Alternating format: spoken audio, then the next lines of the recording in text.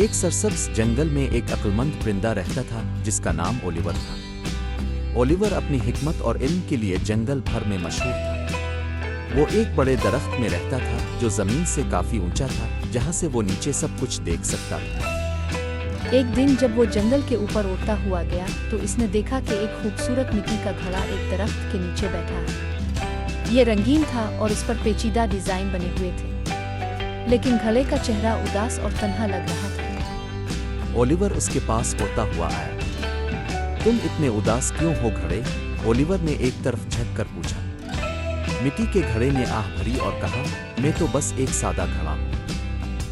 میں یہاں خالی بیٹھا ہوں، نہ تو میرے اندر کوئی پودا ہے اور نہ ہی کوئی پھول۔ میں مفید بننا چاہتا ہوں، کچھ خوبصورت رکھنے کی خواہش رکھتا ہوں۔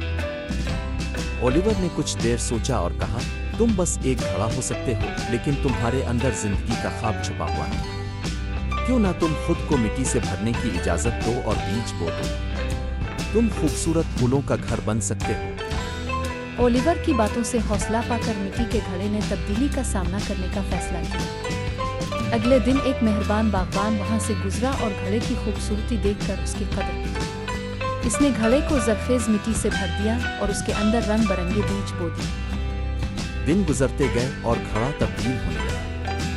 اس نے بیجوں کی پرورش کی اور جلد ہی خوبصورت پھول کھلنے لگے جو ہوا میں میٹھی خوشبو بھرنے لگے۔ مٹی کا گھڑا جو پہلے تنہا اور خالی تھا، اب زندگی اور خوبصورتی کا زندہ نمونہ بن چکا تھا۔ ایک شام اولیور واپس آیا اور پھولوں سے بھرا گھڑا دیکھ کر مسکرایا۔ دیکھو تم نے کیسے تبدیلی کی۔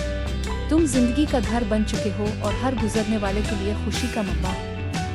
اس دن کے بعد مٹی کا گھڑا فخر سے اپنے پھولوں کو سنبھالتا رہا اور اولیور اکثر آتا رہا، کہانیاں اور حکمتیں اس گھڑے کے ساتھ شیئر کرتا رہا جو اب زندگی اور مقصد سے بھرپور تھا۔